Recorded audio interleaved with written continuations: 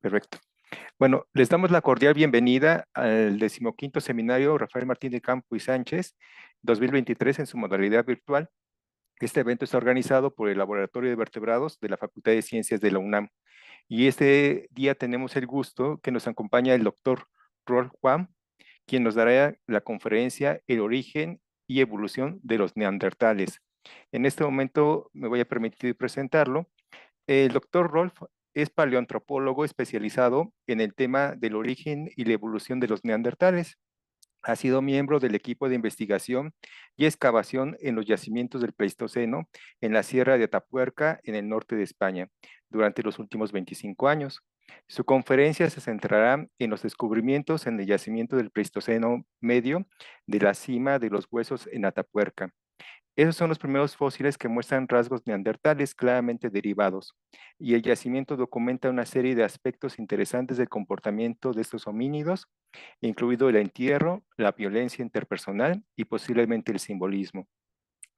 Durante su carrera, el doctor Quam ha tenido la oportunidad de estudiar los fósiles originales de Europa, Oriente Medio y África, que representan los géneros Australopithecus, Paranthropus y Homo, que abarcan los últimos 2.5 millones de años.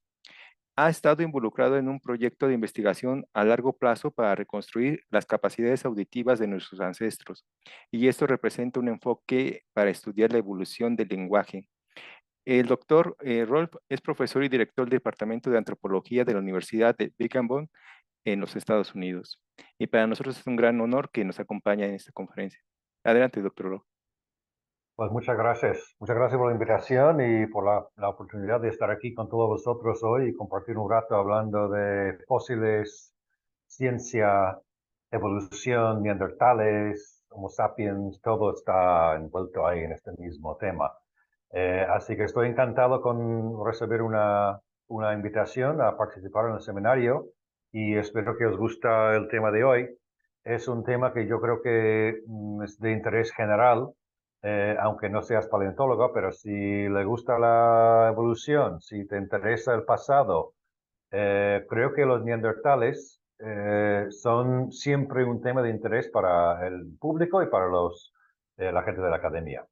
Así que, como ha dicho el señor Pacheco Coronel, soy paleoantropólogo, estudio el registro fósil de los humanos y he estudiado fósiles en África, Europa y Medio Oriente, como ha comentado.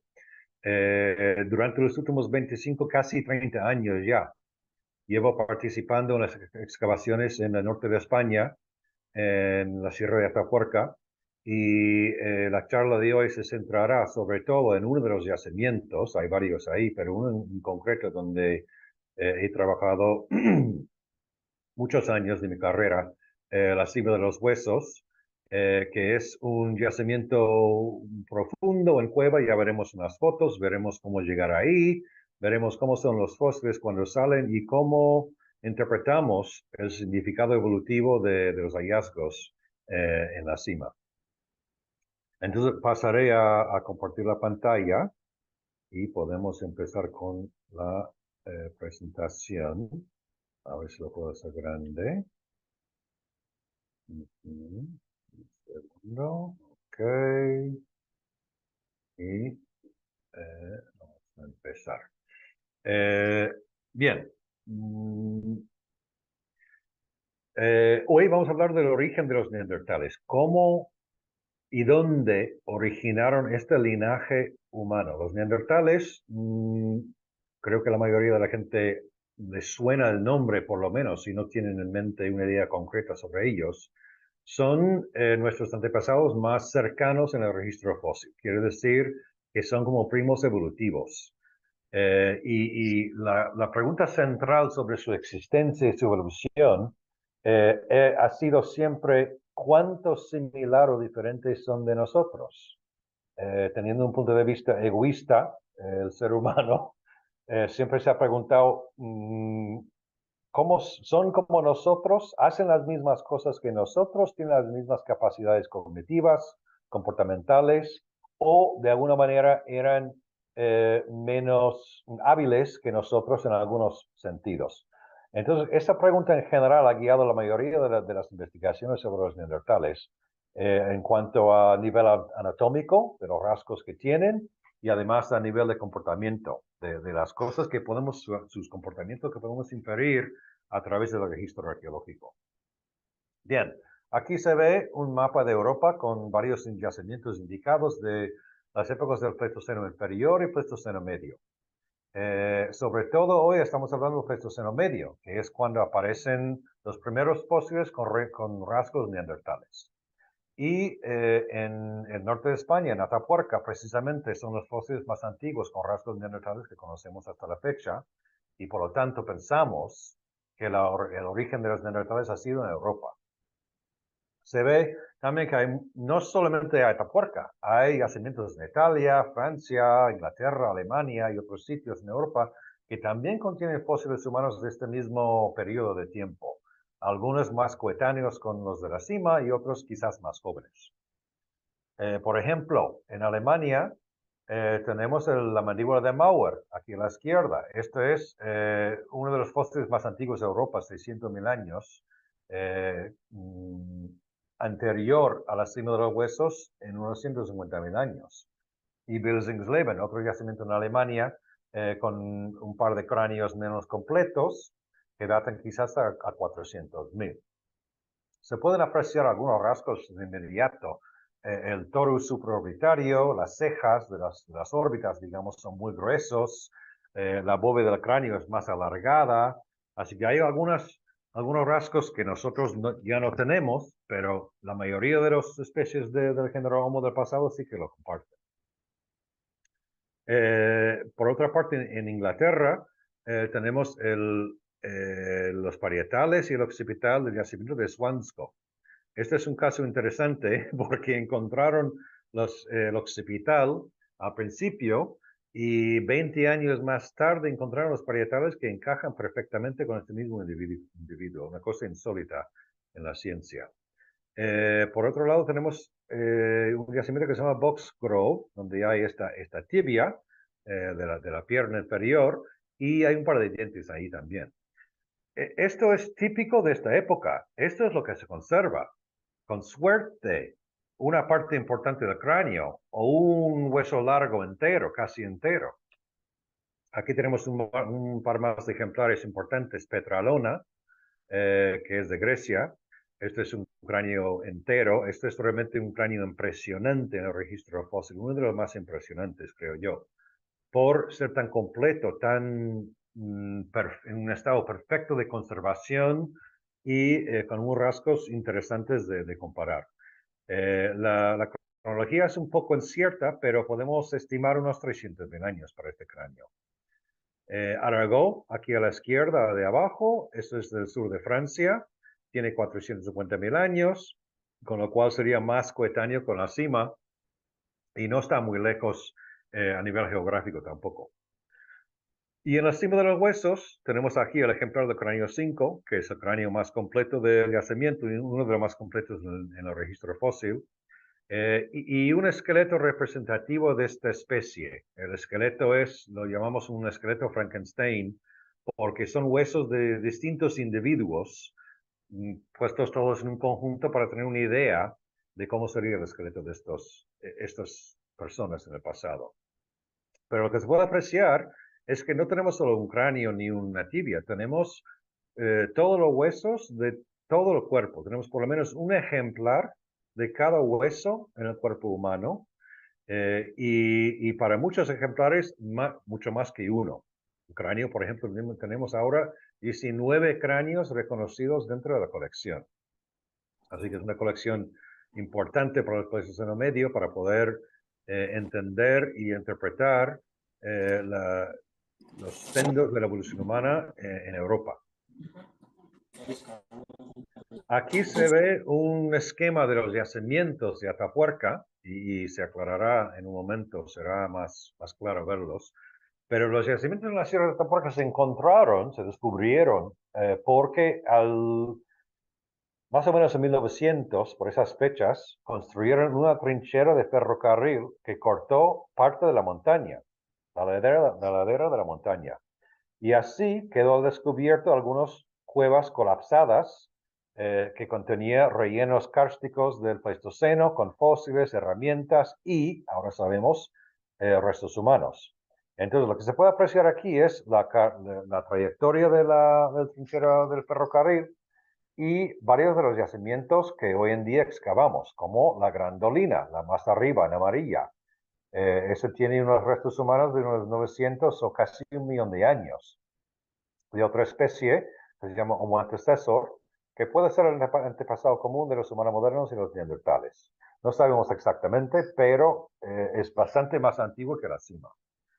La cima de los huesos se ve en la parte inferior de este diapo, ahí marcado en naranja, y está dentro de un sistema kárstico, es una cueva subterránea.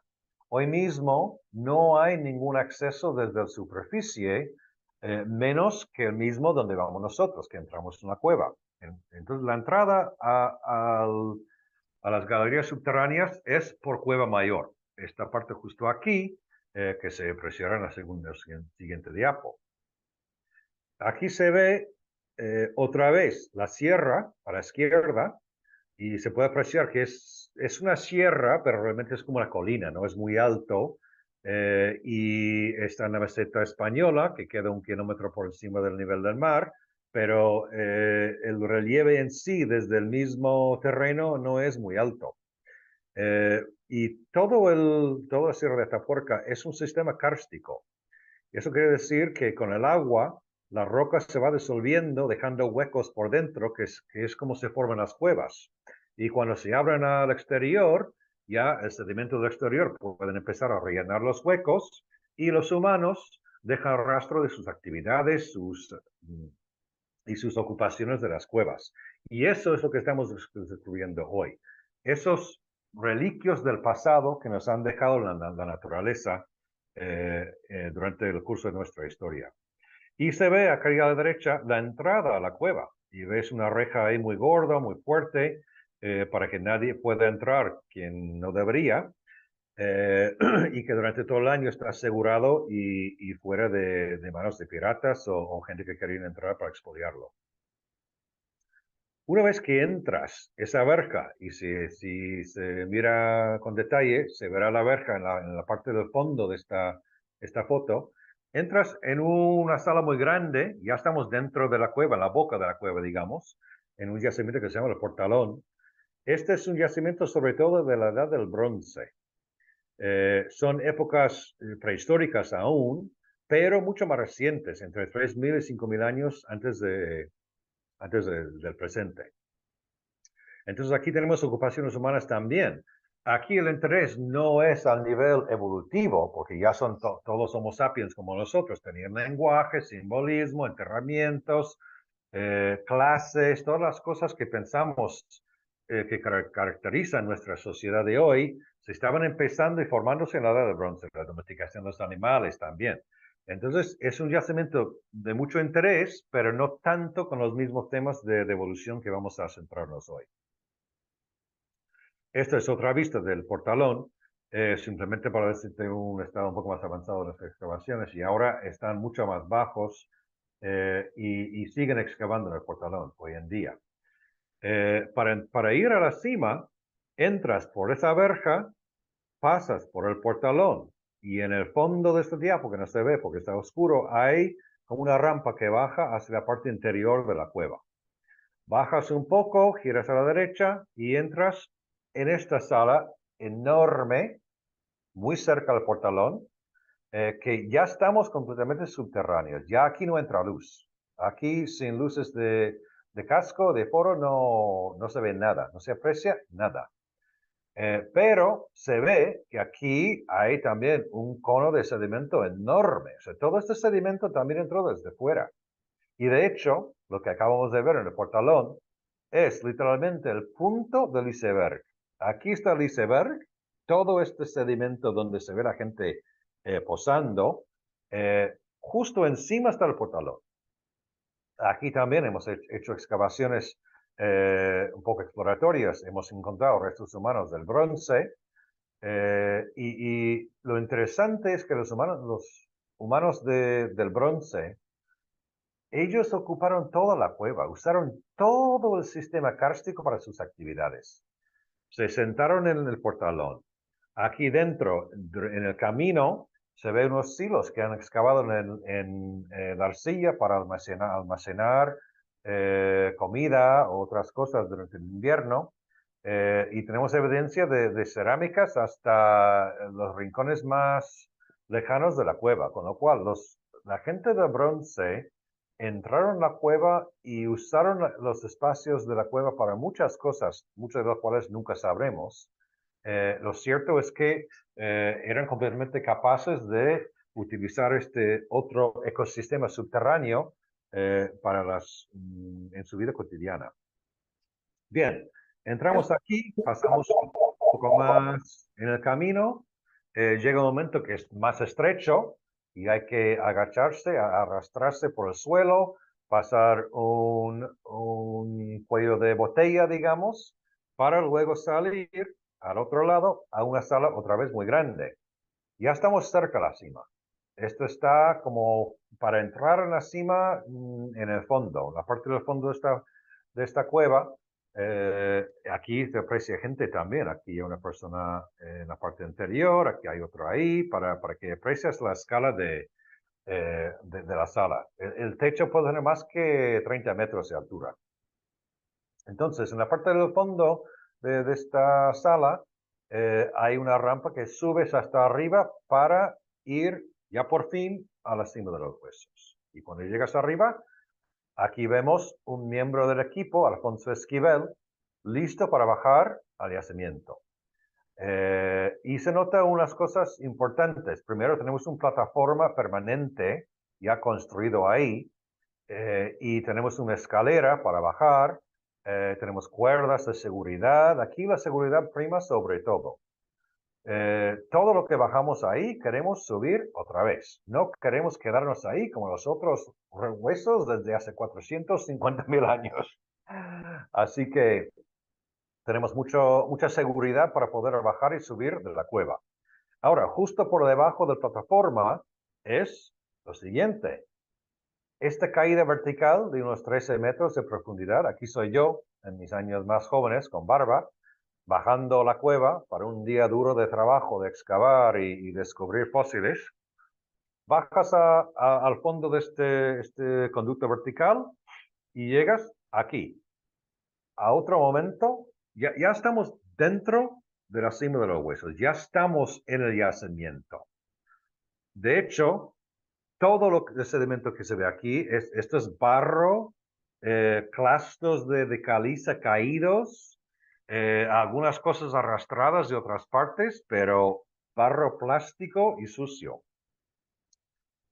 Y lo importante, ya estamos en el yacimiento, porque sea donde sea que hemos metido un pozo para excavar, y hemos hecho intentos, pequeñas excavaciones en varias partes de la cueva, ya lo veremos, pero sea donde sea que hemos excavado, hemos encontrado fósiles humanos además.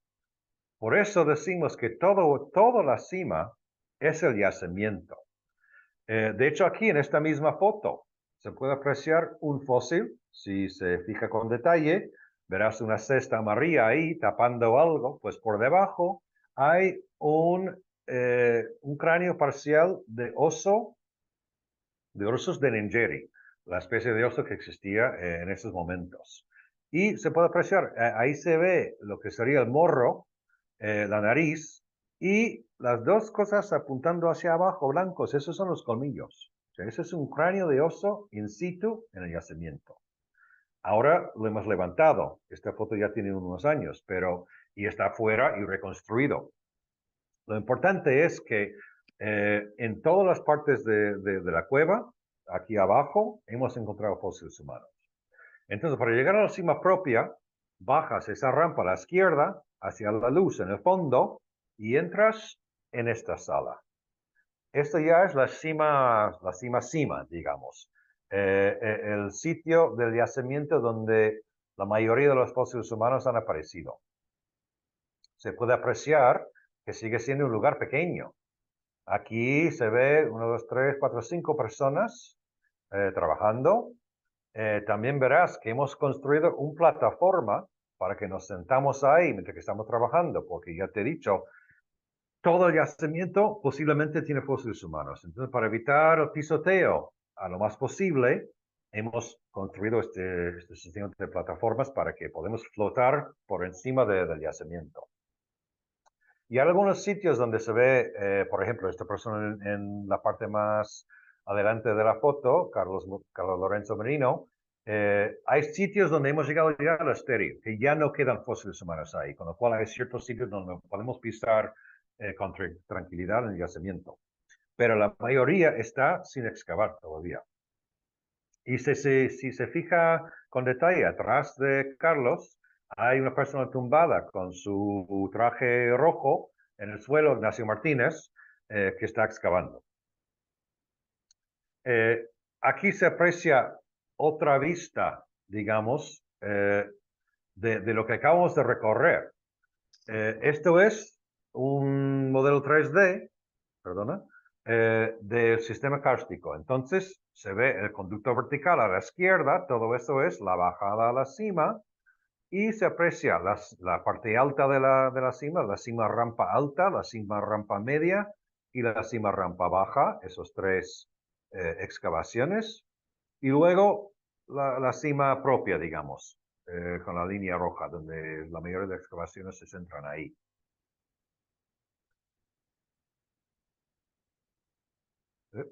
Perdona, aquí se ve otra vista ahora de planta. Entonces eso es como si estamos mirando hacia, como un dron, mirando al yacimiento. Y se puede apreciar en la parte derecha este círculo, este es el conducto, la caída del conducto vertical. ¿Ok?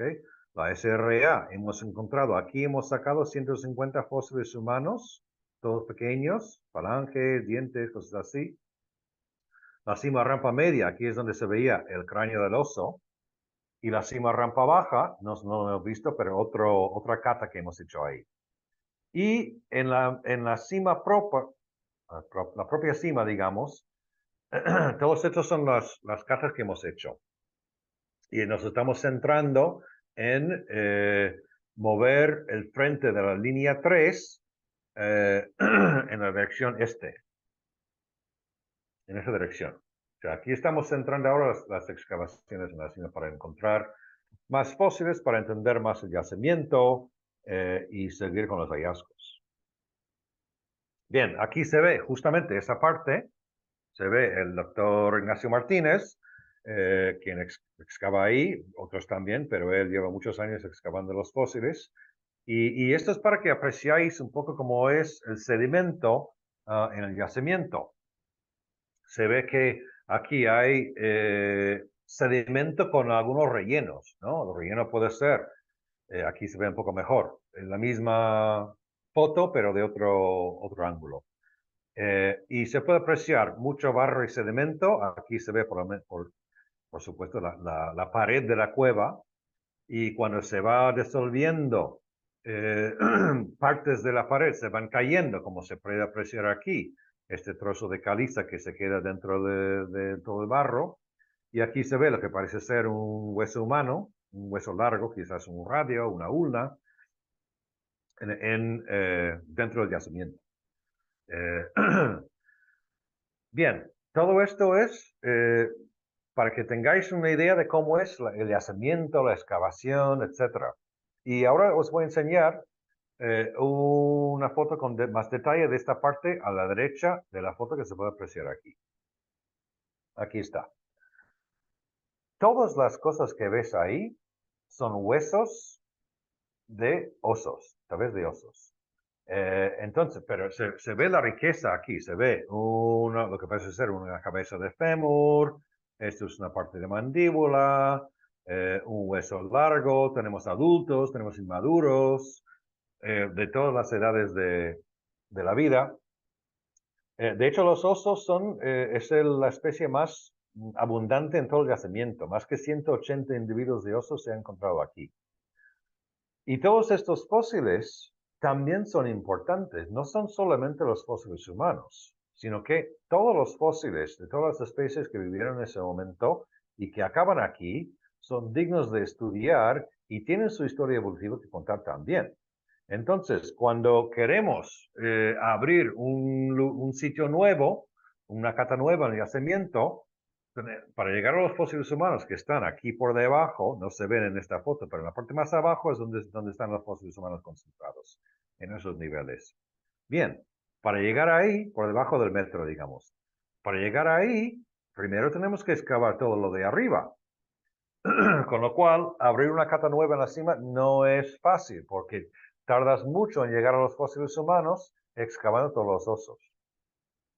Pero una vez que atraviesas todos los sedimentos de los osos y los otros carnívoros y llegas a la parte de los humanos, a veces, con suerte, esto es lo que encuentras ahí, donde todo y cada uno de estos huesos es un fósil humano de hace 430.000 años de antigüedad. Aquí se puede apreciar claramente algunas cosas fáciles. Por ejemplo, aquí tenemos 3 dientes en serie. Esta es una mandíbula. La mandíbula inferior de un humano. Aquí tenemos un hueso largo en el primer plano.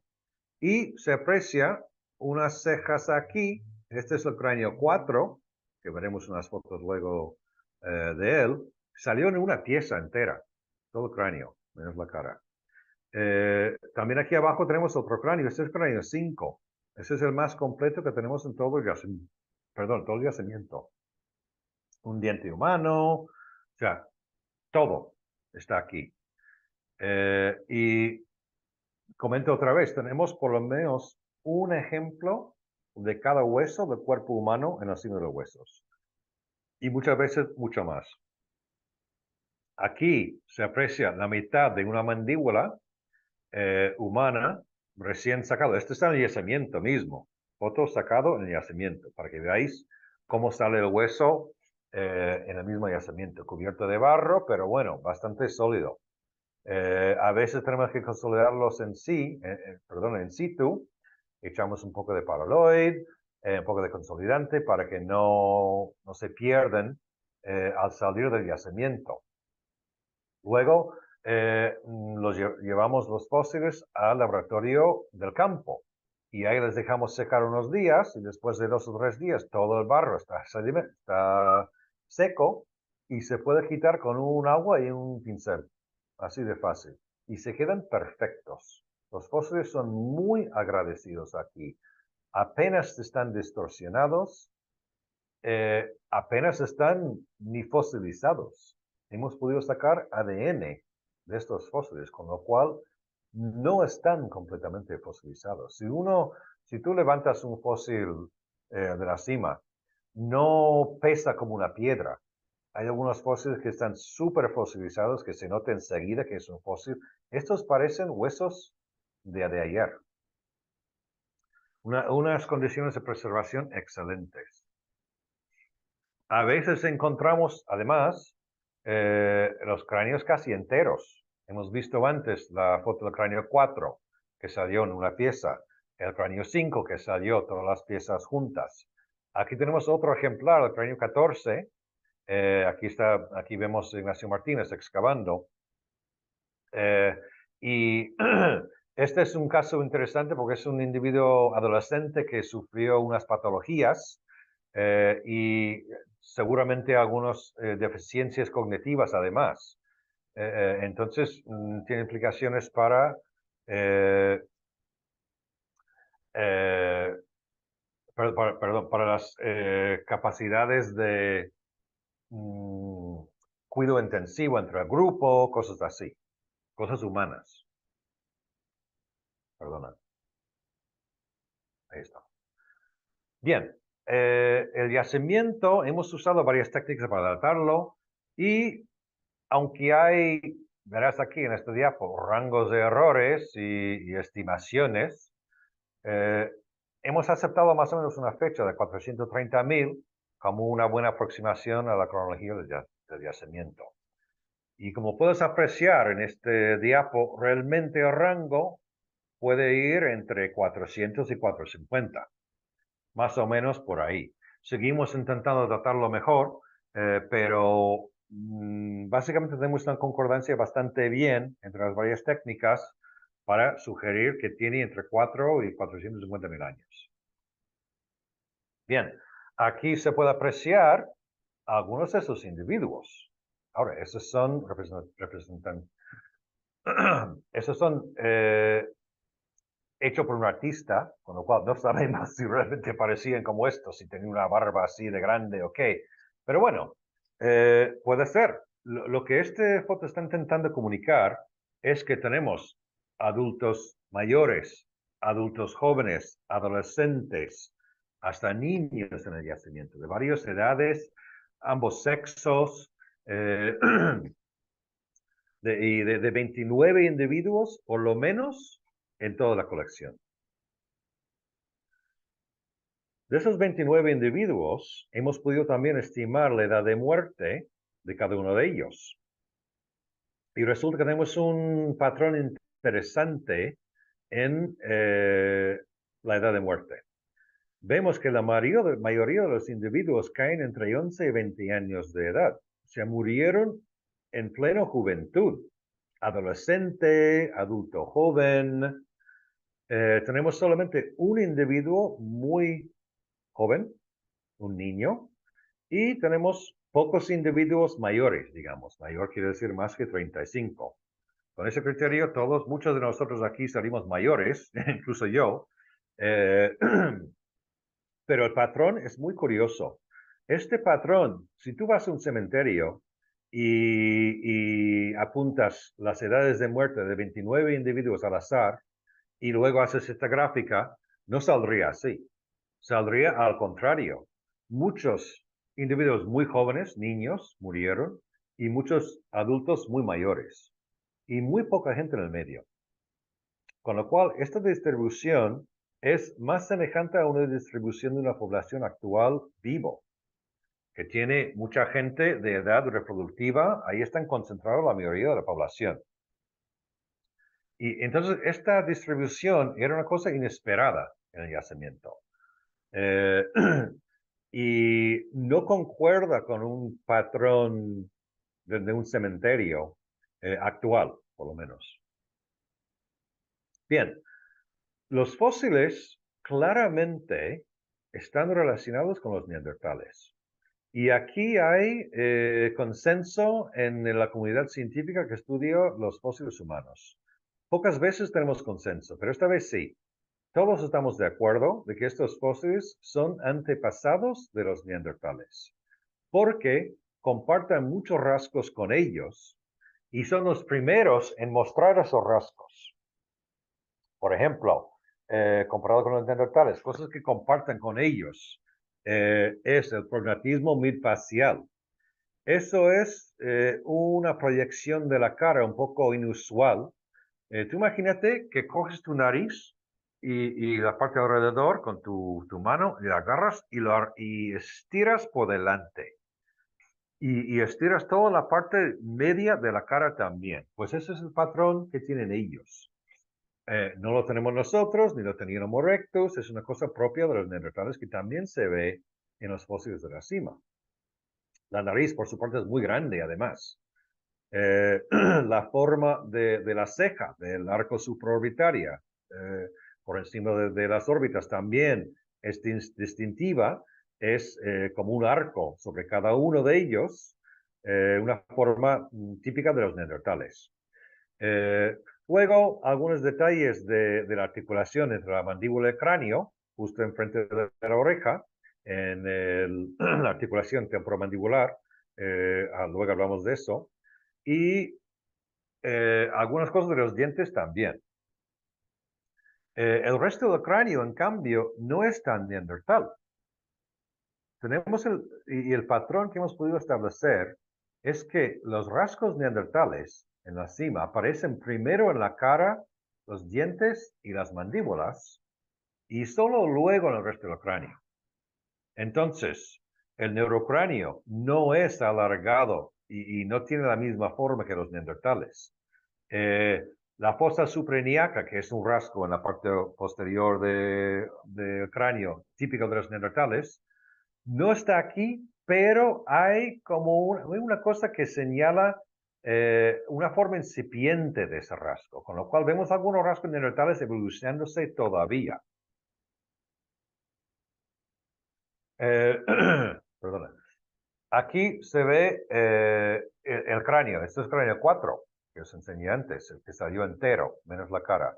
El cráneo en la cima es más redondo, más globular que los neandertales, que están más alargados, más bajitos, más en forma de fútbol de rugby.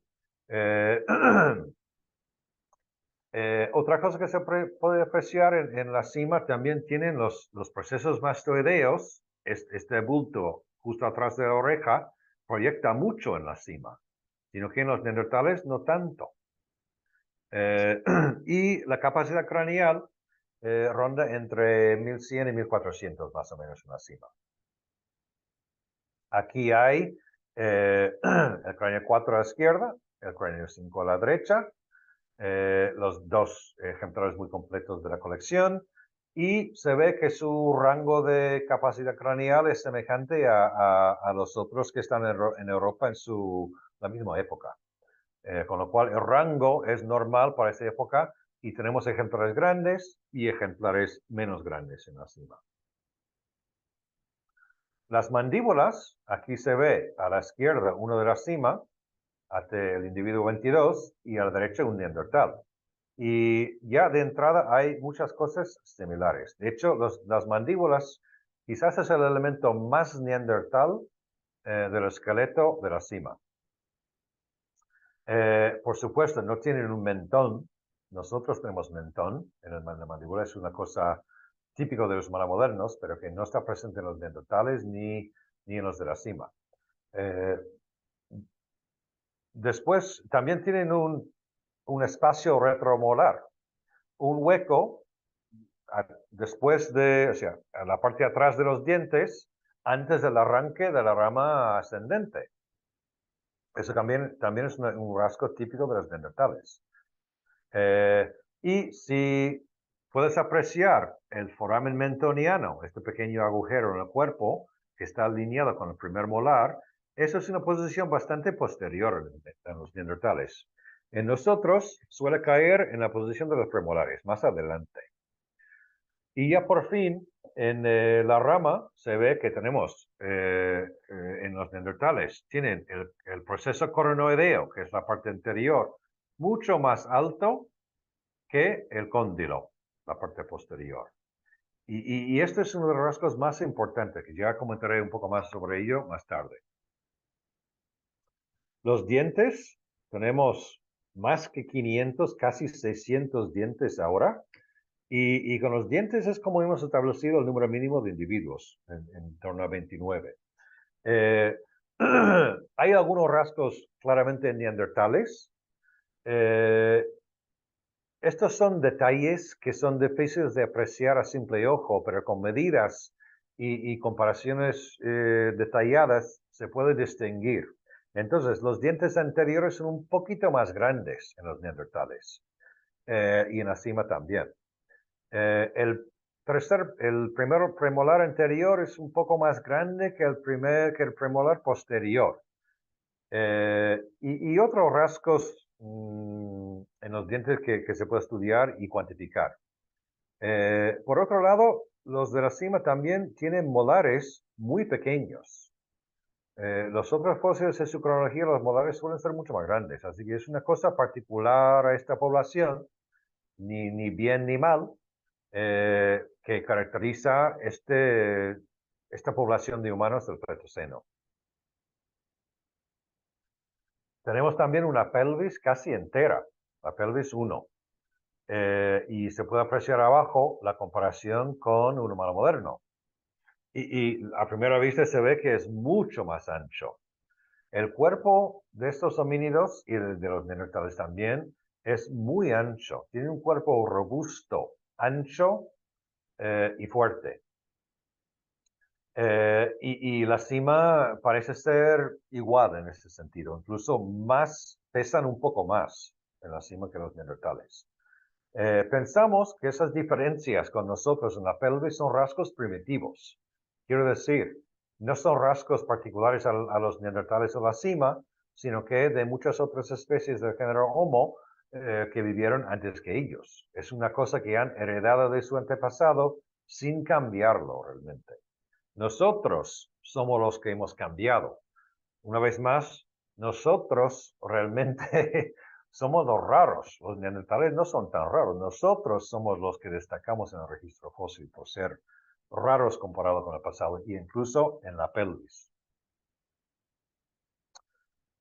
Como tenemos muchos huesos largos de las piernas y los brazos, también podemos estimar las proporciones de los miembros. Y estudiar una cosa interesante aquí, porque en los neandertales resulta que tienen el antebrazo y la parte inferior de la pierna relativamente corta. Quiere decir que la parte distal, la parte más externa, digamos, del brazo y la pierna son relativamente cortas en los neandertales. Y creemos que esto tiene que ver con el frío y vivir en una clima glaciar durante mucho tiempo que les ha producido este efecto. Pero es un rasgo característico de los neandertales. Nosotros no lo tenemos. Y curiosamente los de la cima tampoco lo tienen. Y esto es importante porque nos ayuda a resaltar que en la cima no son neandertales, no lo son. Son semejantes, son antepasados, pero no son exactamente lo mismo. La estatura podemos estimar también. Resulta que la estatura pues sería, entre comillas, normal. Nosotros hoy en día tenemos un rango enorme de estatura. Los de Atapuerca caben claramente dentro del rango humano, no son muy altos ni muy bajos. Sería una estatura normal para un ser humano hoy en día incluso. O sea, en la estatura no hay mucha diferencia. Podemos estimar también su peso corporal. ¿Cuánto pesaban estos humanos? Como tenemos tantas partes preservadas, nos da varias estimaciones. Y si miramos la anchura de la pelvis, nos estima una masa corporal de unos 95 kilos. Eso es bastante pesado. Un humano moderno hoy también hay mucha variación, pero 95 kilos para un humano moderno hoy sería un peso pesado. La mayoría de la gente no pesan eso. Y estos de la cima no eran obesos.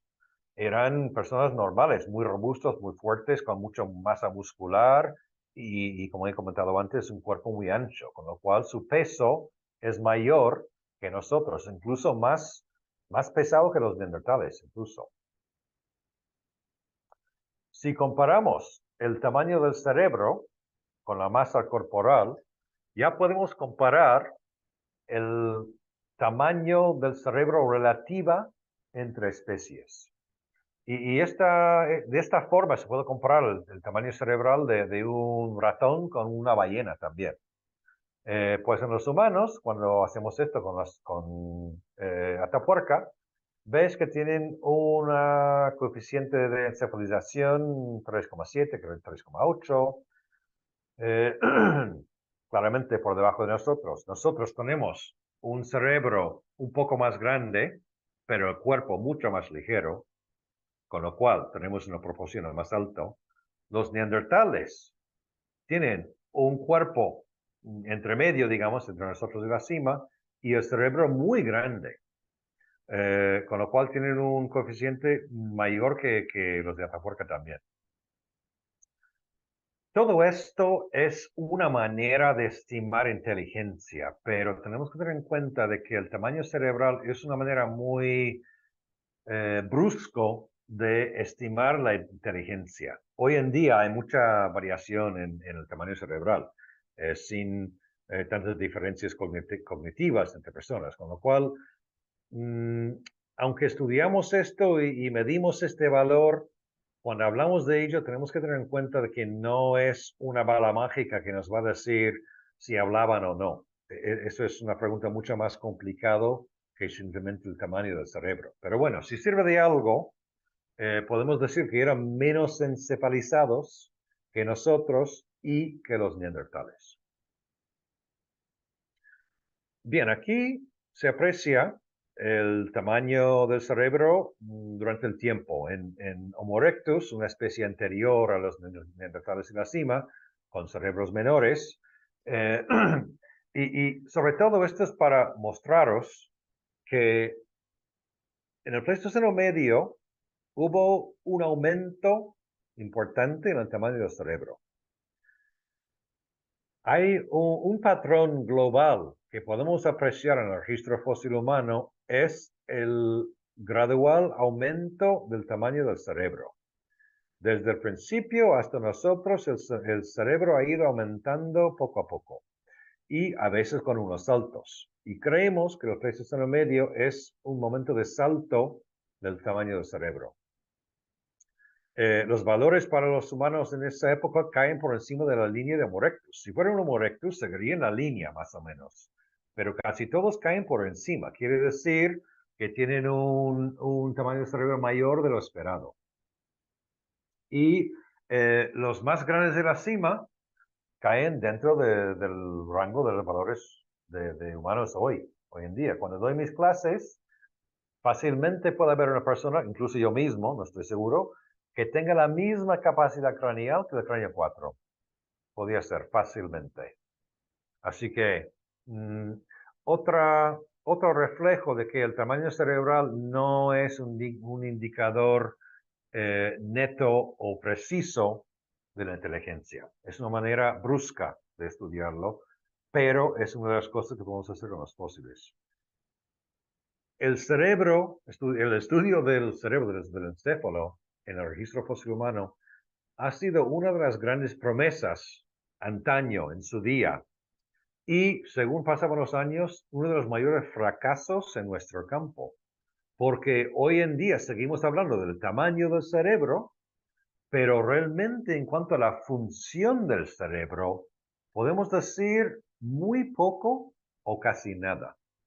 Podemos suponer que su cerebro funcionaba como la nuestra, que a grandes rasgos estaría así, pero inferir procesos cognitivos en el cerebro de un neandertal o un individuo de la cima, no podemos hacerlo realmente. Con lo que está conservado de la forma de la superficie del cerebro, las arrugas que se ve ahí, esas estructuras, no se puede inferir procesos cognitivos de esos rasgos, con lo cual tenemos pues esta medida brusca del volumen. También hemos podido estudiar el dimorfismo sexual en esta población, las diferencias en tamaño entre hombres y mujeres. Hoy en día, los humanos modernos hoy, somos dimórficos. En general, el promedio del cuerpo, del tamaño del cuerpo de mujeres es inferior al promedio del tamaño del cuerpo de los hombres en todo el planeta. Si hacemos un promedio, saldría así. Obviamente conocemos mujeres altas y hombres bajos, entonces hay muchas excepciones, pero en general tenemos un dimorfismo sexual ligero en los humanos modernos. Hoy sería en torno a 5 o 10% como mucho, más grande. Si uno mira a un gorila, ahí se aprecia diferencias mucho más pronunciadas. Los machos de gorilas pueden ser casi el doble de las hembras. Bien, en la cima tenemos muchos huesos de una misma población, de una misma cronología, del mismo sitio, y que creemos que contiene hombres y mujeres. No lo sabemos todo. Realmente no lo sabemos, pero supongamos que sí. De ser así, su nivel de dimorfismo sería semejante al nuestro. Y en los primates, el grado de dimorfismo es otra medida brusca de estudiarlo, pero está correlacionado con la organización social. Y los primates menos dimórficos, como nosotros, por ejemplo, hay una tendencia de ser monógamos. Bien, dicho eso, a veces se pregunta si los modernos somos monógamos o no. Y eso es otro tema muy complicado. Pero en general, ese nivel de dimorfismo implica menos competencia entre hombres para las mujeres. Quizás una organización social, una vida, un estilo de vida más semejante a la nuestra, no a nivel de tecnológico, pero a nivel de organización, nivel social, en fin, esas son de las preguntas más interesantes realmente sobre estas personas, pero difíciles de abordar. Esta es una manera otra vez brusca de poder estudiar algo de ellos. Otro aspecto interesante de esta colección y este yacimiento es, ¿qué hacen todos esos huesos ahí? Nosotros recorremos más que medio kilómetro por debajo de la tierra para llegar al yacimiento. ¿Y esos humanos cómo lo hacían? No tenían fuego. Bien, pensamos que hubo una apertura antigua que ya está cerrada geológicamente hace tiempo, que daba un acceso más fácil a la parte de arriba de la caída vertical, del conducto vertical. La cima propia nunca fue un lugar de ocupación. La gente nunca vivieron ahí, solo murieron ahí. Creemos que este sitio funcionaba como una trampa natural y que los humanos de esa época, cuando murió alguien de su grupo, le llevaron el cadáver ahí y lo tiraban en la cima. Nosotros creemos que eso ha sido la función de este sitio, la función social y la explicación de por qué hay tantos huesos humanos ahí. Los osos también están ahí. No estaban tirados por los muertos, pero los osos usan las cuevas para hibernar. Y a veces se levantan durante el invierno desorientado. Y creemos que los osos son pues accidentes caídos ahí. 185 accidentes, bueno, estamos hablando de miles, centenares de miles de años, con lo cual es posible. De todas maneras, este lugar no es normal en algunos sentidos. Primero, no hay herbívoros aquí, solo hay los humanos y luego restos de carnívoros, sobre todo oso, pero hay algún león, hay zorros, en fin, hay otros carnívoros que entran en cuevas también, que se encuentran ahí. Pero no hay ningún ciervo, ningún herbívoro de ninguna manera. Tampoco encontramos herramientas, no encontramos marcas de corte en los huesos. Aquí no, aquí los humanos no hicieron nada. Sus huesos yacen ahí, pero no vivieron ahí. Creemos que esto ha sido el primer lugar documentado hasta ahora del desecho intencional de los cadáveres en los humanos. Eso es un comportamiento mortuario, digamos, un tratamiento particular de los muertos. No sabemos si cuando estaban ahí, si dijeron algunas palabras o si hicieron algún ritual para recordar el difunto. Esas cosas nunca vamos a saberlos. Pero podemos inferir que ha sido un sitio que documenta un tratamiento diferente y especial a los miembros muertos de sus grupos. ¿Por cuánto tiempo duraba esta práctica? Pues no sabemos, porque con la datación que tenemos es muy difícil decir si este duró 100 años, 1000 años. Si duró incluso 10.000 años sería a nivel instantáneo en el registro geológico. Sin embargo, yo creo, y eso lo hablamos entre el equipo muchas veces, yo creo que que los cadáveres humanos ahí acumularon durante un periodo de tiempo corto. Corto, ¿qué quiere decir? Pues tampoco lo sé muy claro, pero 100 años, 200 como mucho. Y digo eso, ¿por qué? Porque este sitio no es un sitio que se encuentra de manera casual. primero tienes que entrar en la cueva. Aunque hay una entrada más cercana, todavía estaban en el fondo de la cueva, en la zona oscura. Entonces, no vas por ahí al azar.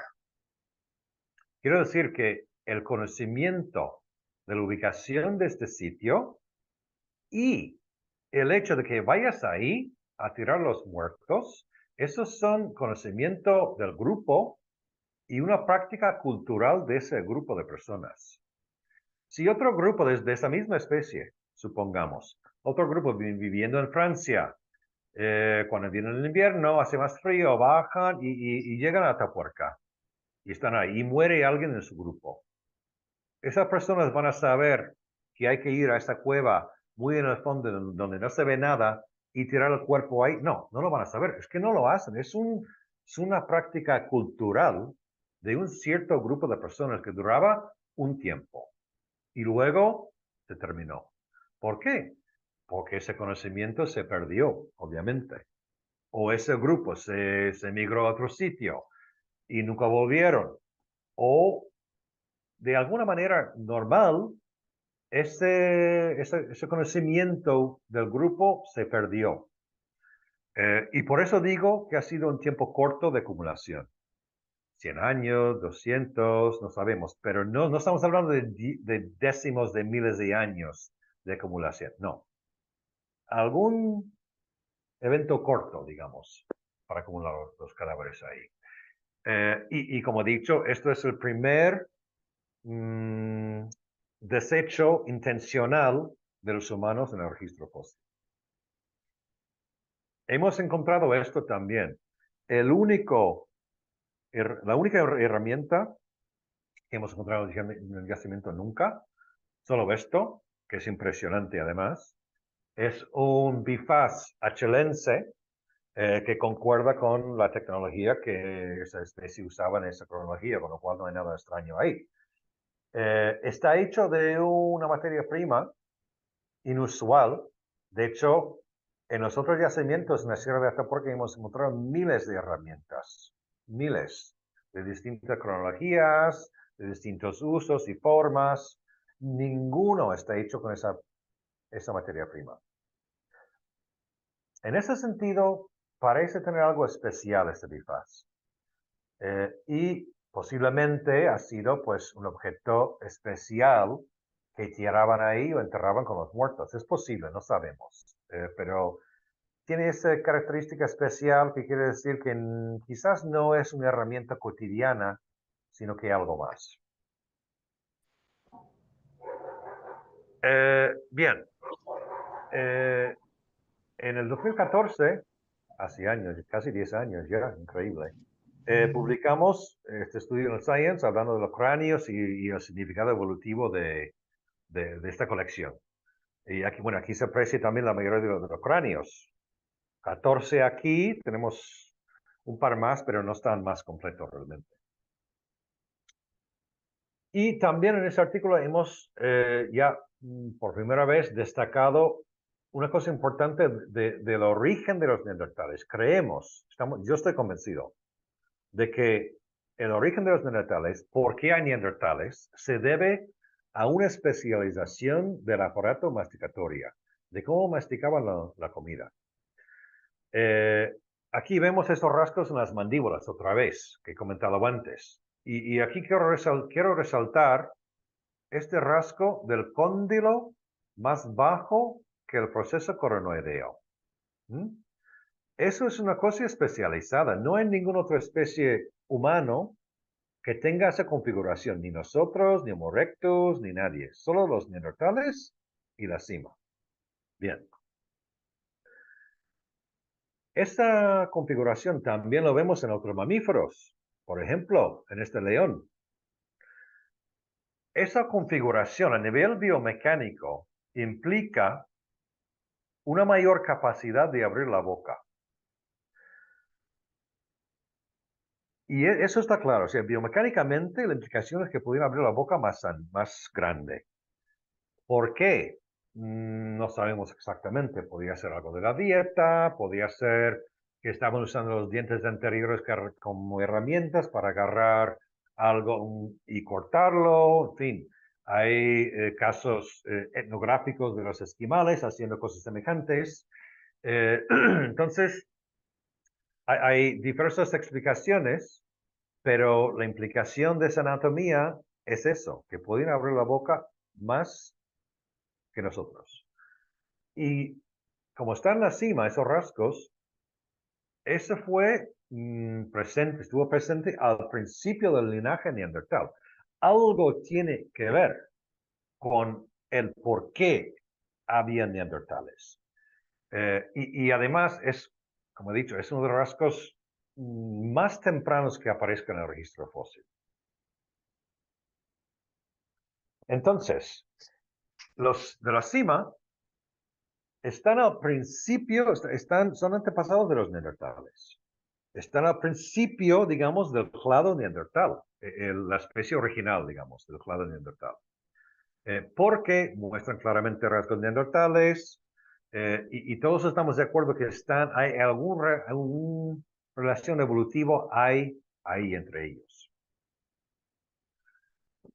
Habitualmente, los fósiles de la cima se han atribuido a la especie Homo heidelbergensis, que se entendía como una especie del Pleistoceno medio. La definición ha sido un poco ambiguo, pero más o menos encajaban ahí.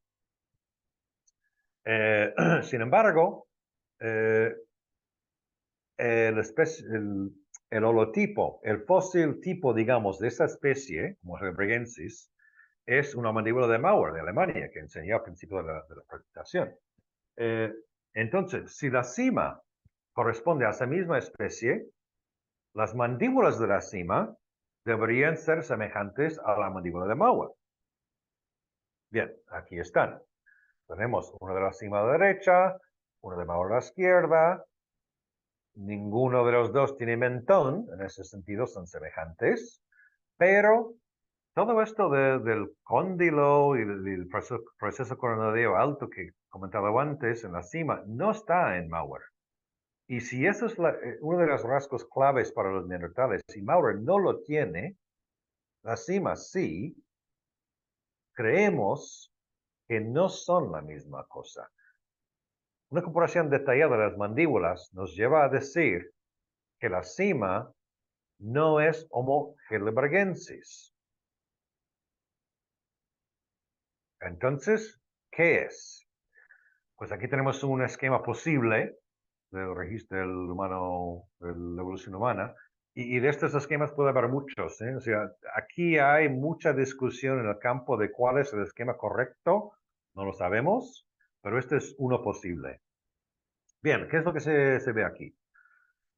Pues como la cima, las mandíbulas, son diferentes a la mandíbula de Maurer, pues no pueden ser Homo heidelbergensis. Bien. Creemos que los de la cima evolucionaron de los fósiles más antiguos que tenemos en Atapuerca de Grandolina, que tienen unos 900.000 o 100.000 años, y que se figura aquí en este esquema. Entonces, y están metros de la cima. Entonces, si ese es el pionero original de Europa, digamos, la primera especie que llega, se convierte en los fósiles de la cima en algún momento, hace 400.000 años, y esa divergencia de Homo antecesor hacia los neandertales es precisamente por esa especialización masticatoria. Apareció ese rasgo y ahí es cuando se ha marcado por primera vez la línea neandertal.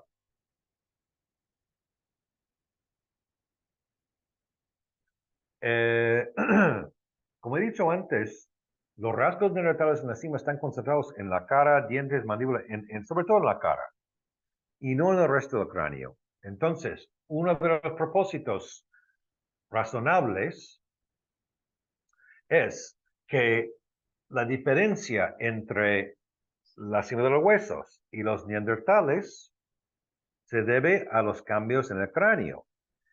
Y una vez que encontramos fósiles con cráneos que tienen esos rasgos neandertales también, ya eso marca Homo neanderthalensis.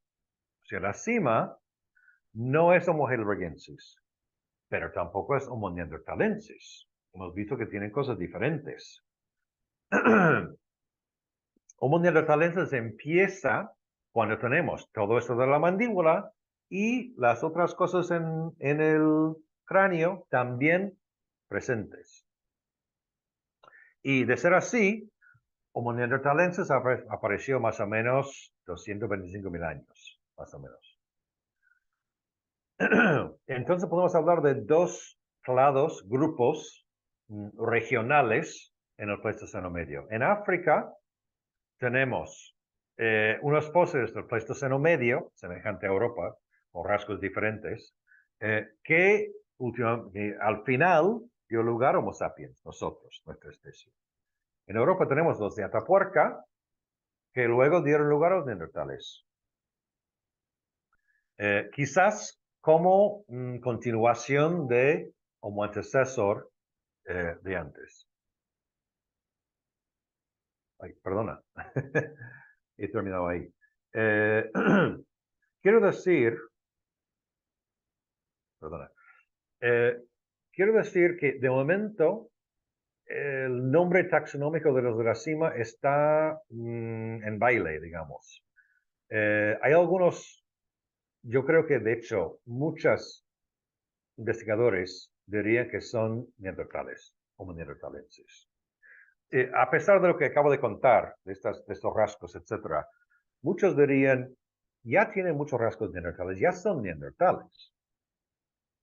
Nosotros creemos, entendemos esa postura, pero si metemos los de la cima en Homo neanderthalensis, entonces ya la variabilidad de esa especie se aumenta de manera importante. Y no todos los miembros de la especie tendrían los mismos rasgos, con lo cual creemos que eso es estirar taxonómicamente Homo neanderthalensis demasiado para encajar la cima, que no es real, no refleja la realidad. Nuestro trabajo, que estamos en ello, es definir una especie para estos fósiles, para la cima de los huesos. Y reconocer que cualquier que sea el nombre, son estrechamente relacionados con los neandertales. Eso lo sabemos por los rasgos del esqueleto. También por el ADN.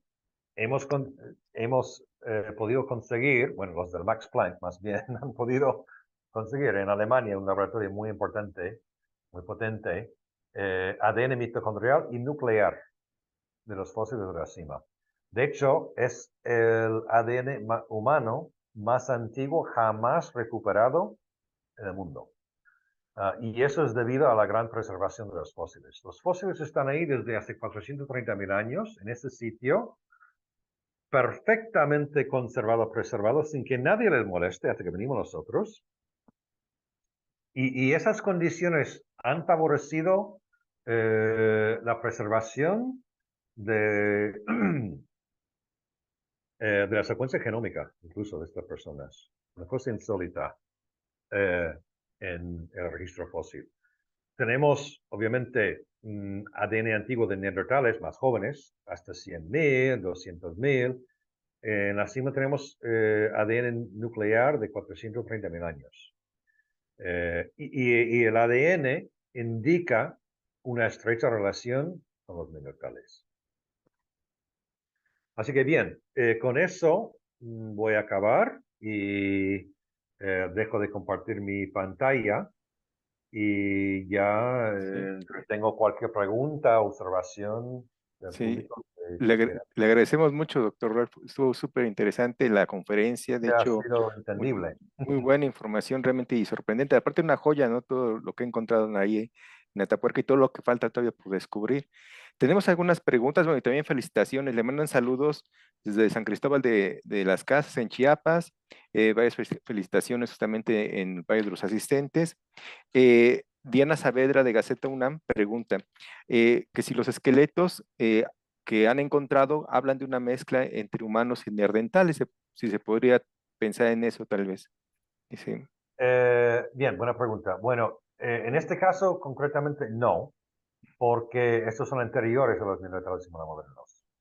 Sin embargo, sabemos que ya más reciente, cuando ya las de la cima ya no existían y eran realmente Homo neanderthalensis y Homo sapiens, sabemos que en esa época, 40.000, 100.000, que sí que había mezcla de especies, porque nosotros hoy en día todos tenemos un poquito de ADN neandertal, que podemos ser orgullosos de ello, que es un legado histórico y reproductivo de los neandertales. Así que en épocas más recientes sí que hubo mezcla, en esa época no. Ok. Perdona, podía haber sido mezcla entre las especies de esa época que no eran ni humanos modernos ni neandertales. Perfecto. Muchas gracias, doctor. Sí, de hecho, bueno, también creo que ya la pregunta del doctor Carlos, bueno, Robinson, decía que si todos los fósiles que han encontrado ahí en esa zona corresponden al género Homo, o se han encontrado. Sí, hemos encontrado en toda Europa se ha encontrado solo Homo. Mm, Australopithecus, Paranthropus, que son especies mucho más antiguos y que son antepasados humanos, son, tienen un aspecto mucho más chimpancé. Tienen caras proyectadas, tienen cerebros pequeños, tienen los brazos largos, pues, seguramente suben los árboles. Eh, esos fósiles, esta especie de la cima, si tú le ves uno de ellos por la calle, vestido normal, pues a lo mejor desaparece, a lo mejor pasa por desapercibido. Son muy humanos, no, no es ni medio mm, chimpancé, medio humano, no, no, son muy humanos. La mm, pregunta es, ¿cómo son diferentes a nosotros, que somos humanos, a nivel comportamental y anatómico? Pero no, todos mm, somos, todos somos. perfecto. Diana Pardo pregunta también, Ujú. ¿cuáles sean las diferencias en las prácticas de entierro entre neandertales y los demás Homo predecesores del mismo periodo? Yo me imagino que la pregunta es dirigida a la zona de ahí, Atapuerca. Sí, Sí. buena pregunta, sí. Para empezar, esto, podemos decir que esta es la primera evidencia de un comportamiento mortuario, digamos, ¿no? No es un enterramiento porque, no como lo pensamos, no cavaron un pozo y metieron el cadáver, hay un pozo natural, digamos, y lo enterraban Mm, ahí, ¿no? Pero es intencional, eso es importante. Luego los neandertales no hicieron eso, enterraban sus mm, muertos, cavaban un pozo, metieron el cadáver, lo cubrieron, lo rellenaron otra vez. No sabemos si dijeron algunas palabras o si hicieron algunos actos, esas cosas no podemos saberlo, pero sí que hay un cambio, que se puede inferir un cambio más complejo o más intensivo, por lo menos tienes que cavar un pozo y meter el cadáver ahí. Con lo cual sí que hay un cambio de comportamiento entre los de la cima y los neandertales. Y los neandertales enterraban sus muertos como nosotros.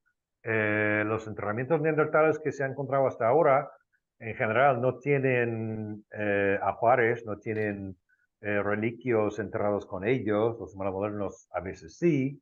En ese sentido, parecen un poco más simples que otros enterramientos, pero creo que implica algún tipo de pensamiento del más allá o algo. Tienes que pensar algo para molestarte en enterrar el cadáver. Okay. claro. Muchas gracias, doctor. También esta Diana Saavedra de Gaceta menciona que si la única posibilidad de ahí de los hallazgos de Atapuerca, por ejemplo, es que sea una trampa natural, o podría ser, bueno, relacionando lo que nos comentó, como un sitio de entierro. Ella hace la semejanza con lo que pasa aquí en México, con los cenotes en Yucatán. Ujú. Ujú. Bueno, sí, los cenotes en Yucatán no lo había pensado, pero hay una semejanza ahí. Son pozos y Mm, cadáveres en el fondo. sí, también. Sí. Y ahí hay juárez y cosas así también. Eh, Hombre, en Yucatán podemos inferir un poco más el propósito de por qué acabaron ahí esas personas, ¿no? Aquí no sabemos realmente. Claro. Pueden haber sido enfermos. Hay muchas enfermedades, Mm, no todos, pero muchos. Aún así, no parece que hay un sesgo en la colección. De lo que podemos inferir, parece que hay hombres y mujeres ahí, hay distintas edades, no hay niños o uno quizás, eso es un sesgo, eso sí, pero no hay, en ese sentido, parece que todos los individuos estaban tratados iguales, Ujú, por lo menos en ese aspecto, ¿no? sí. Sí, por ejemplo, de las proporciones de que han encontrado, bueno, de lo que han, sí, cuántas mujeres, cuántos hombres, bueno, claro, las que se han encontrado de las pelvis, más bien, Ujú. habrán encontrado en la zona. Esa es una buena pregunta. Es difícil estimar el sexo en Ujú, los fósiles. sí, ujú, Eh, Puede ser lo mismo que en el esqueleto hoy también se puede confundir, ¿no? Pero ujú, hay algunos rasgos que funcionan mejor, la pelvis y ujú, cierta parte que funciona mejor.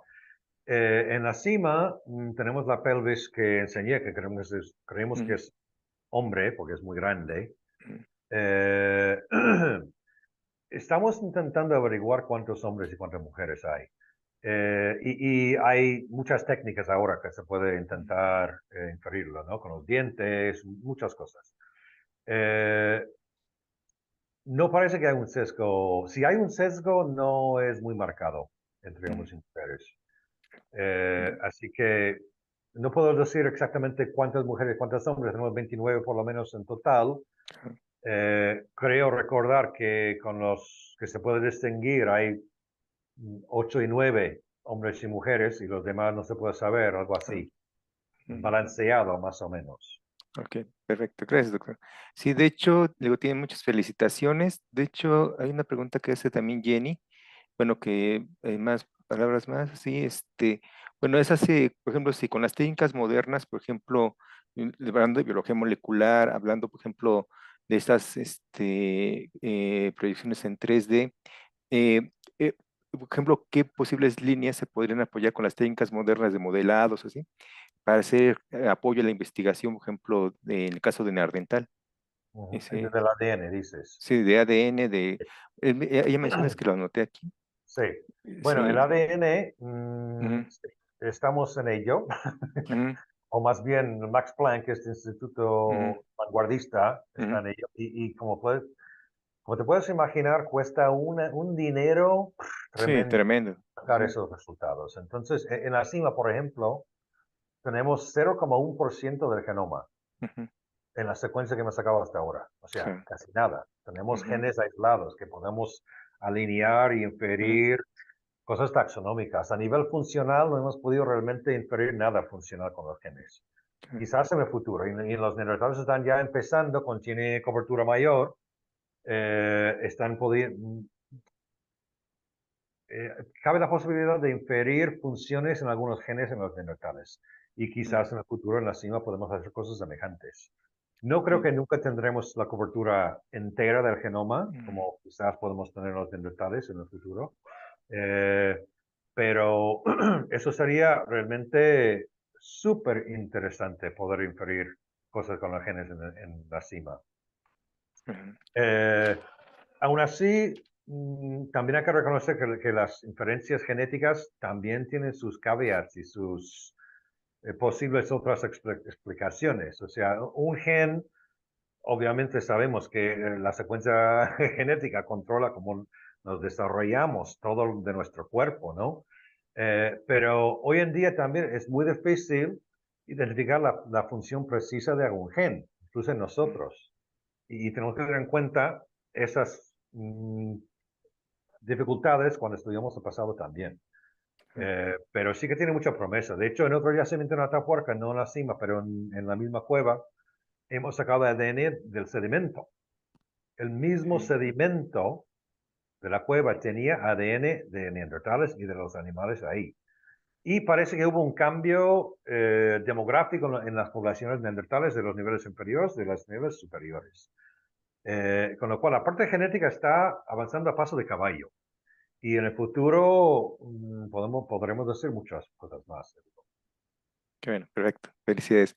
Pues tiene muchísimas felicitaciones, que muchas gracias por la exposición y también muchos saludos. Por acá tengo de que ver acá Genaro dice excelente ponencia. Gracias, doctor Rolf, por compartir su experiencia en la investigación. Saludos desde Sinaloa, México. De aquí Diana Pardo dice, la apertura de la mandíbula que presenta los neandertales podría poder deberse a compararse con los grupos de los chimpancés o grupos hermanos más que con los humanos de la época, modernos de la época. Bueno, si hay alguna semejanza con bueno, con el caso de los homínidos. Ujú. Sí, pues no, no la hay. O sea, los chimpancés no tienen esa configuración, ni los gorilas, ni los orangutanes, no. De hecho, nuestra mandíbula en la rama se parece más a un chimpancé que a un neandertal en esos rasgos. Eh, y eso es interesante porque explica de que ese cambio en los neandertales no es una cosa pequeña. No es, Ujú. bueno, es que ha pasado una vez y ya. No, no, no, es que no ha pasado hasta que en ese momento pasó. Algo causó ese cambio. Ujú. Y por eso creemos que es importante y como ha sido creemos que está vinculado con el origen de los neandertales. Tiene que ver. Ujú. Sí, muchas gracias, doctor. Menciona Carlos Robinson, ¿se podría saber como alguna de las causas por las cuales murieron? Así, si en ese momento se podría saber algo. Buena pregunta. Ya nos gustaría. Bueno, hay un caso que podemos decir con claridad, que es el cráneo 17, que no lo comenté en la charla, pero hemos hecho un estudio hace unos años, la Tapónoma, que estudia Ujú, la colección, y mostró que hay dos agujeros aquí en ujú, el cerebro que son perimortem, y parece que ha sido el mismo implemento que ha causado los dos, con lo cual fue matado y muerto antes de llegar a la cima, que es otra pregunta. ¿Estaban muertos cuando se tiraban ahí o podían haber estado vivos? ujú, sí, Entonces, en este caso, por lo menos sabemos que este individuo estuvo muerto. Creemos que todos estaban muertos. Eh, pero identificar la causa directa de la muerte es difícil en el esqueleto. ¿Eh?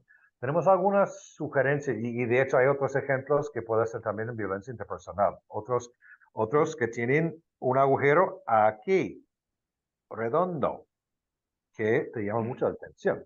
claro, Aquí. claro. Eh, o sea, tenemos algunos, a lo mejor fueron matados, uno seguro.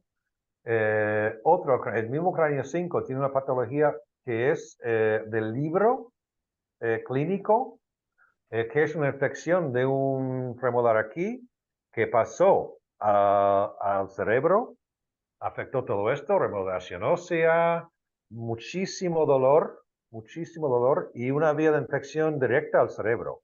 No sabemos si murió de eso, pero es un caso clásico del libro, de Bien. ese síndrome. No, excelente. Muchas gracias, doctor. Y sí, digo, tienen digo, muchos saludos, felicitaciones ahí, y sí, no sé si nos podría o les podría compartir su correo por si alguno de los ponentes quisiera estar en contacto, o dónde podría consultar, bueno, nuestros asistentes, sus publicaciones, por ejemplo, doctor. Y sí, Claro, pues sí que me podían escribir. Creo que usted no tiene mi sí, correo porque hemos se los carteado comparto. antes. Si Perfecto, quieres perfecto. compartir el correo con los Se los demás, comparto, me perfecto, parece bien, ¿sí? correcto, muy bien. Y, y mis publicaciones están todos en journals. Bueno, algunos abiertos, algunos no, pero si estás en la universidad seguramente puedes conseguirlos y si no me escribes y os puedo enviar un PDF sin Ok, problema. muchas gracias, doctor. Sí, en ese momento igual los pongo. Ok. No sé si tienen alguna pregunta, algún comentario. Este, ok, te lo comparto.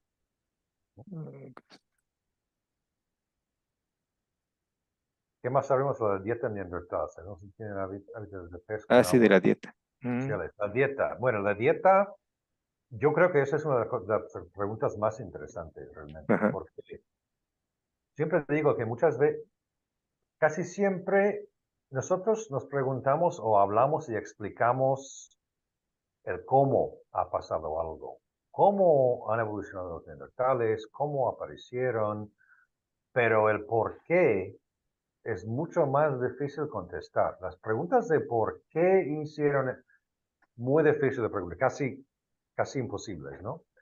Pero yo creo que los cambios de la dieta es un ejemplo de explicaciones del por qué en muchos cambios evolutivos. O sea, cambios en la dieta crean cambios evolutivos, o en masticación, o en cosas de tu cuerpo, los dientes, en fin. Entonces, la dieta es una cosa central que queremos saber siempre. En los neandertales, ahora también podemos estudiar isótopos, que son marcos químicos, digamos, en los huesos y los dientes de lo que has comido y lo que has ingerido en tu vida. En los neandertales, eh, los estudios de isótopos han sugerido que fueran hipercarnívoros, que fueran como hienas o los carnívoros que están en los niveles más altos tróficos de la cadena.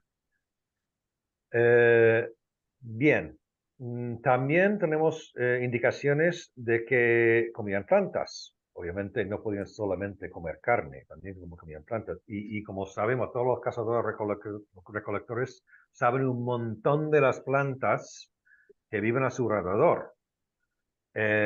Y tenemos unos datos interesantes últimamente. Primero comían plantas.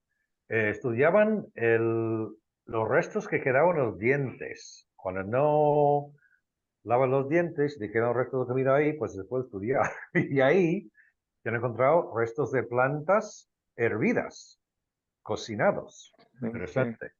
Y últimamente encontraron restos de plantas semejantes, por ejemplo, semillas de mostaza en un yacimiento en Grecia y otro en Irak.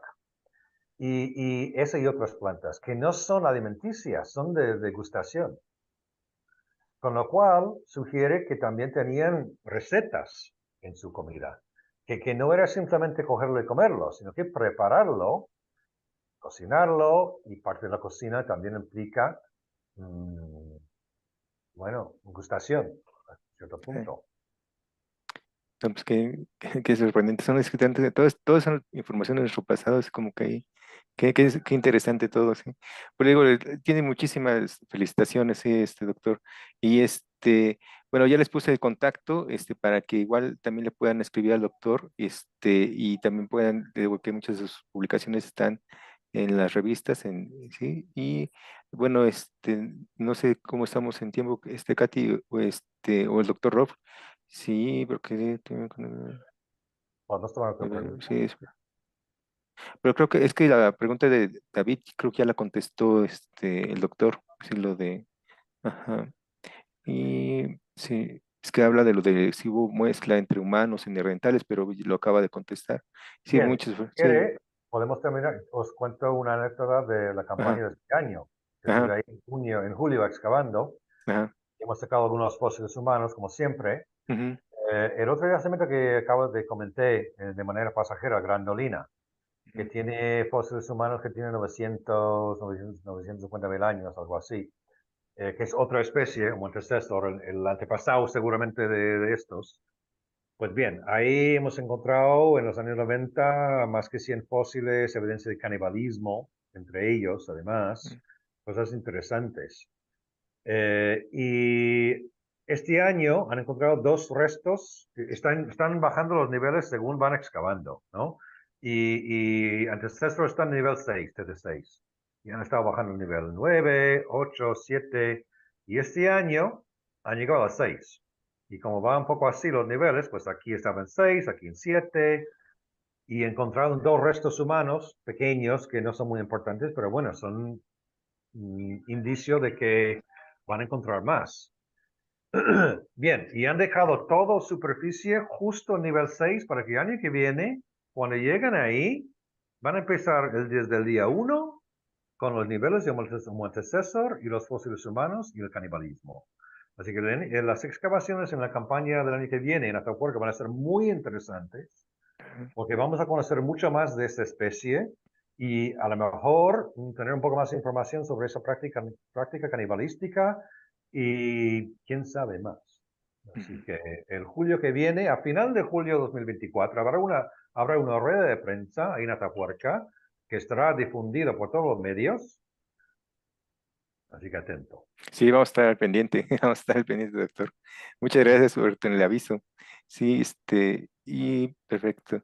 Bueno, nada más para comentar, también, le agradecemos justamente a nombre de todo el seminario, la excelente conferencia que nos brindó. De hecho, por correo le voy a mandar Muchas su gracias. constancia y el link del video también. Y bueno, la siguiente conferencia la vamos a tener el martes 3 de octubre con el doctor Emiliano Brunner, que va a dar una conferencia que se llama Fósiles y Cerebros, Métodos de Investigación en Prehistoria y Neurociencias, ¿no? Pero nos Ujú. veríamos hasta el martes 3 de octubre. Muy Y bien. sí, El entonces aquí doctor también. Brunner también trabaja en Atapuerca. Ah, también. Perfecto, perfecto. Entonces ahí también, si gusta acompañarnos, doctor Rob, aquí también le mandamos el link también. Se va a ser el mismo link.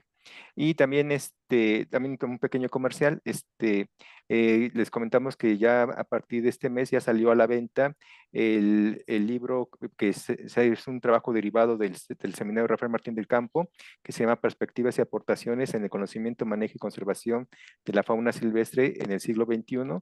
Se puede adquirir en Plaza Prometeo, de la Facultad de Ciencias, ¿no?